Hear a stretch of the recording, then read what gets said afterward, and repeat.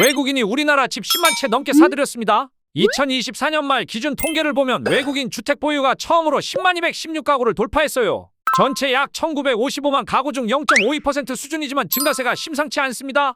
가장 놀라운 건 절반 이상인 56%가 중국인 소유라는 점이에요. 5만 6천 가구나 됩니다. 이들은 중국 부동산 시장 침체와 경제 어려움 때문에 해외 투자로 눈을 돌린 거거든요. 근데 더 열받는 건 중국은 토지가 국가 소유인 임대부 주택인데 한국은 토지와 건물 모두 완전 소유가 가능해서 상대적으로 매력적인 투자처가 된다는 거예요. 지역별로는 수도권에 72%가 몰려있고 경기도 3만 9천 가구, 서울 2만 4천 가구 순입니다. 91%가 아파트 같은 공동주택이고요. 지난 3월엔 1992년생 중국인이 서울 성북동 단독주택을 119억 원에 전액 현금으로 매입해 화제가 됐죠. 가장 큰 문제는 외국인들이 본국 금융기관에서 자금을 조달해와도 우리나라 대출 규제를 안 받는다는 거예요. 이제 비거주 외국인의 부동산 투자를 제한하는 입법이 시급한 상황입니다.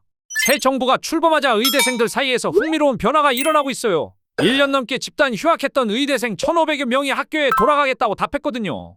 의대 지원에 반발해 집단 휴학했던 8,305명이 6급 확정된 지 한 달이 지났는데 새 정부 출범 후 갑자기 복귀 목소리가 커지고 있는 거예요. 의료계 커뮤니티 설문에서 66%가 돌아가겠다고 답했어요. 의대생들은 그간 비대위원장 같은 소수의 인원 때문에 돌아가지 못했다며 새 정부까지만 기다리면 뭔가 될 거라는 말에 휴학이 유지됐다고 하거든요. 여름방학 기간에 강의 열어주면 수업 따라갈 수 있다고 주장하고 있어요. 하지만 현실은 녹록지 않아요. 교육부는 유급과 재적이 이미 확정됐다며 다음 달 행정 처리만 남았다고 설명했고 대학들도 1학기 끝나가는 시점에서 별도 수업 개설은 현실적으로 어렵다는 입장이거든요. 내년에는 24, 25, 26학번이 동시에 1학년 수업 듣는 트리플링이 현실화됐는데 관련 부처 장관들도 아직 지명되지 않은 상황이에요. 1조 원을 깎아달라는 인도네시아 때문에 KF-21 사업이 복잡해졌습니다. 한국형 전투기 KF-21을 공동 개발하는 인도네시아가 분담금을 대폭 감액하는 데 최종 합의했거든요. 원래 2016년 계약에 따르면 인도네시아는 전체 개발비 8조 1천억 원의 20%인 1조 6천억 원을 2026년까지 내기로 했어요. 대신 비행 시제기 한 대와 기술 자료를 받고 KF-21 48대를 현지에서 생산하는 조건이었죠. 하지만 인도네시아는 2019년부터 분담금을 안 내기 시작했고 작년에는 기술진이 KF-21 기밀 자료를 USB로 빼돌리려다 적발되기까지 했어요. 결국 재정난을 이유로 6천억 원만 내겠다고 제안했고 정부가 이를 수용한 거예요. 그런데 최근 튀르키예에서 깜짝 발표가 나왔습니다. 인도네시아가 튀르키예 5세대 전투기 카안 48대를 100억 달러 우리 돈 13조 원에 구매하기로 합의했다는 거예요. KF-21과 똑같은 48대 수량이라 더 눈에 띄죠. 우리한테는 돈이 없다며 1조 원을 깎아달라 하면서 동시에 다른 나라엔 13조 원을 풀프라이스로 지불하겠다니 가능하시겠냐고요? 지금 이 순간 누군가 우리 정부 고위층의 모든 통화를 들여다보고 있을지도 모릅니다. SK텔레콤 해킹 사태로 국가 기밀까지 유출됐을 가능성이 제기되고 있거든요. 핵심은 CDR이라는 통화 상세 기록입니다. 특정인이 누구와 어디서 얼마나 통화했는지 모든 내역을 확인할 수 있어요. 주요 인사의 휴대폰 번호를 알면 그 번호와 자주 연락했던 사람이 누구인지 기지국 위치를 통해 동선까지 파악할 수 있다는 거예요. 국방부 장관이 특정 지역에서 매번 같은 사람과 통화했다면 그 장소에 어떤 보안 시설이 있는지 유추 가능하다는 겁니다. 미국 보안업체 분석에 따르면 해커 배후엔 중국이 있고 목적은 바로 이 CDR 탈취라고 적시했습니다. 정부 주요 관계자의 통화 상대와 빈도, 동선을 파악해 행동 패턴을 완성하려는 의도예요. 상업적 요구나 거래는 없는 걸로 봐선 특정 국가의 정보전 차원 해킹이라고 잠정 결론 내렸습니다. SK텔레콤은 계속 CDR 유출 가능성은 낮다고 밝혀왔어요. 하지만 실제로는 CDR이 보관된 서버에서도 악성 코드가 발견됐고 암호화가 안 된 게 확인됐습니다. 국가기밀이 이미 누군가의 손에 들어갔다고 봐야 합니다. 지금 이 순간에도 이란의 경제가 심각한 위기에 처했습니다. 이스라엘이 이란 에너지 시설을 공습하면서 이란 경제의 핵심인 원유 산업이 직격탄을 맞았거든요. 이란은 그동안 원유 수출로 상당한 수익을 올려왔습니다. 원유 생산량이 2020년보다 75% 급증해 하루 340만 배럴에 달하고 수출도 3배나 늘었어요. 에너지 컨설팅 회사 FG에 따르면 지난해 이란의 에너지 수출 수익이 780억 달러로 2020년 대비 4배나 증가했습니다. 그런데 웃긴 게 미국 제재 때문에 이 원유 대부분이 중국으로 향하고 있다는 겁니다. 중국 소규모 정유소들이 배럴당 최대 7달러 할인된 가격에 구매하고 있어요. 리서치 회사 케플러는 만약 중국이 이란 원유를 구매할 수 없다면 다른 곳을 찾아야 하는데 이는 글로벌 원유 시장을 긴장시킬 수 있다고 분석했습니다. 가장 취약한 지점은 카르그 섬입니다. 페르시아만 북부의 작은 산호초섬인데 이란 원유 수출 대부분이 이곳 부두의 정박한 유조선에서 시작됩니다. 전문가들은 이곳이 공격하기 매우 쉬운 명확한 목표물이라고 지적했어요.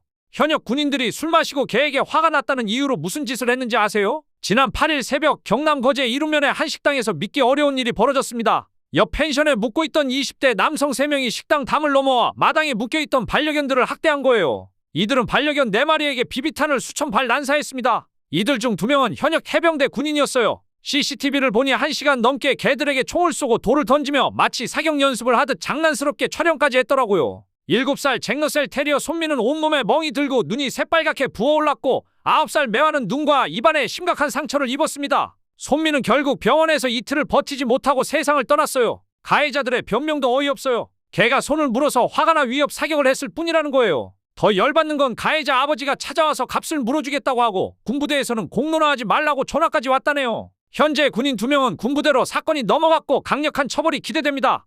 이스라엘이 이란을 폭격하던 날 중국에서 화물기 3대가 연이어 이륙했어요. 출발지는 베이징과 상하이 해안도시였고 모두 룩셈부르크행이라고 신고했지만 비행기들은 중앙아시아를 거쳐 이란 인근 상공에서 레이더상 자취를 감췄는데요. 전문가들은 이 항공편들이 실제로는 이란에 군사 물자를 실어 나른 게 아니냐는 의혹을 제기하고 있습니다. 중국은 과거에도 이란에 미사일 연료로 쓰이는 소산 나트륨 1000톤을 제공했고 이 물질은 나중에 폭발 사고로 이어져 1000명 넘는 사상자를 낸 적도 있었죠. 또 중국 국영 위성업체가 후티 반군에 실시간 위성 정보를 제공한 정황도 있었는데 이 자료들이 미국 군함과 다국적 선박 공격에 쓰인 것으로 알려졌습니다. 만약 중국이 이번에도 전쟁 물자 지원에 실제로 개입했다면 미중 관계는 걷잡을 수 없는 파국으로 향할 수밖에 없어요. 미국 내부 강경파는 이미 중국의 팽창을 막기 위해 이란을 타격하자는 주장까지 내놓고 있는 상황이에요. 이란이 터지던 그날 중국 하늘에서 날아오른 화물기들의 행방은 여전히 오리무중입니다. 105년 동안 한국 조선업의 미국 진출을 막아온 존스법이 드디어 도마 위에 올랐어요. 6월 12일 미국 의회에서 존스법 폐지 법안이 발의됐거든요. 존스법은 1920년에 제정된 법인데요. 미국 항구 사이를 오가는 모든 화물은 미국에서 건조되고 미국인이 소유한 선박으로만 운송할 수 있다고 규정하고 있어요. 당초 미국 조선업과 해운업을 보호하려는 취지였죠. 그런데 이게 완전히 역효과를 낸 거예요. 미국산 선박이 외국산보다 훨씬 비싸니까 미국 해운업체들이 자국 선박 구매를 꺼렸고 미국 조선업은 일감이 줄어들면서 경쟁력을 잃었어요. 지난해 미국의 세계 조선 시장 점유율이 고작 0.1%까지 떨어졌거든요. 마이클 리 상원의원과 톰 맥클린톡 하원의원이 발의한 이번 법안이 통과되면 한국 조선업계에는 큰 기회가 될 것 같은데요. 과연 105년 된 규제의 벽이 무너질지 주목됩니다. 불과 몇 년 전까지만 해도 6.25 소년병들의 추모식은 조용히 사라졌습니다. 전후의 회원들이 고령에다 형편도 여의치 않아 6년 전 중단됐거든요. 그런데 이번에 대구시가 직접 나섰어요. 75년 전 총을 들었던 손에 꽃을 든 두 어르신이 호국령 영입해 앞으로 나왔습니다. 어린 10대 소녀는 이제 백발의 할아버지가 되었습니다. 6.25 전쟁 당시 18세 미만의 미성년자로 강제 징집되거나 자원 입대로 참전한 소년병들은 국방부 파악으로는 2만 9천여 명 중 2,500여 명이 전사했고 현재 2,000명가량이 생존해 있어요. 근데 정말 아이러니한 건 정부가 약 60년간 이들의 존재 자체를 부인했다는 거예요. 2008년에야 실체를 인정했지만 여전히 국가유공자로는 인정하지 않고 있습니다. 이번 추모식에는 회원들만 참석할 예정이었는데 대구시가 주관하면서 보훈단체, 공직자, 군인, 학생들까지 참석했어요. 지자체가 소년병 추모 행사를 연 건 전국 최초입니다.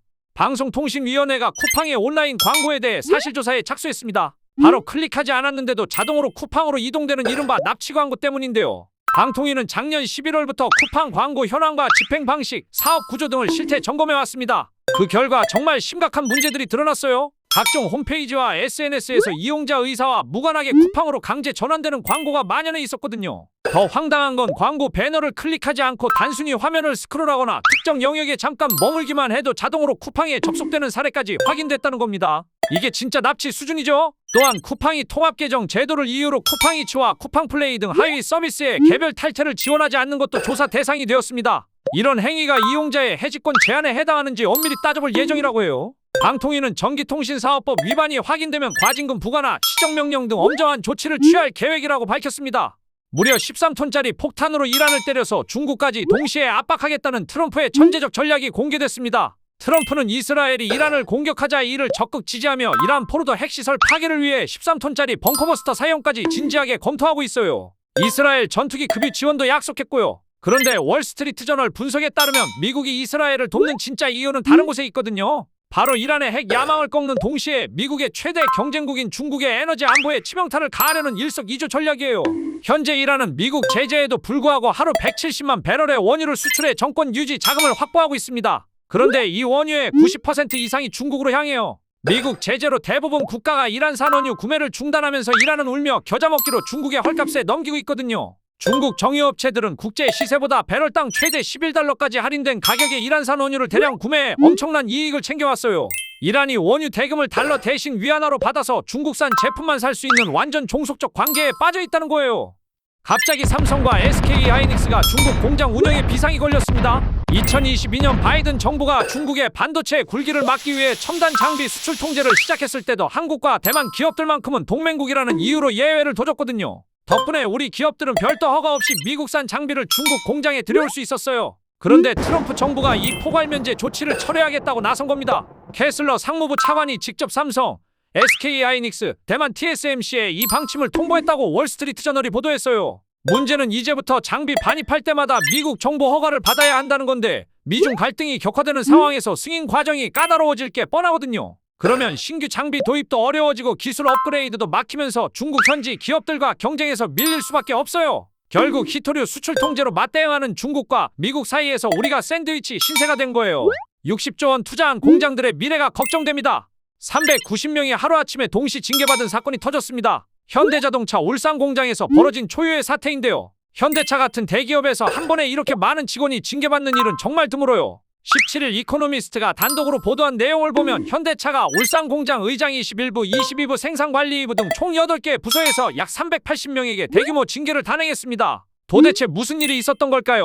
이들은 평일 근무자나 비생산 특근자라는 신분임에도 불구하고 시스템에는 연장 근무 시간을 멀쩡히 입력해놓고 실제로는 몰래 조기 퇴근을 해버린 거예요. 근데 이게 웃긴 게 단순히 현장 직원들만 문제가 아니라 과장, 부서장, 실장급까지 전 계층이 다 연루됐다는 점입니다. 현장 직원들은 감봉, 현장 관리자는 정직 또는 감봉, 과장급과 부서장은 감봉, 실장급 이상은 견책 처분을 받았습니다. 이와 별도로 도장이부에서는 두발뛰기라는 비공식 편법 근무까지 적발됐는데 한 명이 두 사람 목 일하고 다른 한 명은 쉬는 방식이었어요. 이런 일이 뉴스가 될 정도면 그동안 현대차 노조가 사람들에게 어떻게 보였는지 짐작이 가죠.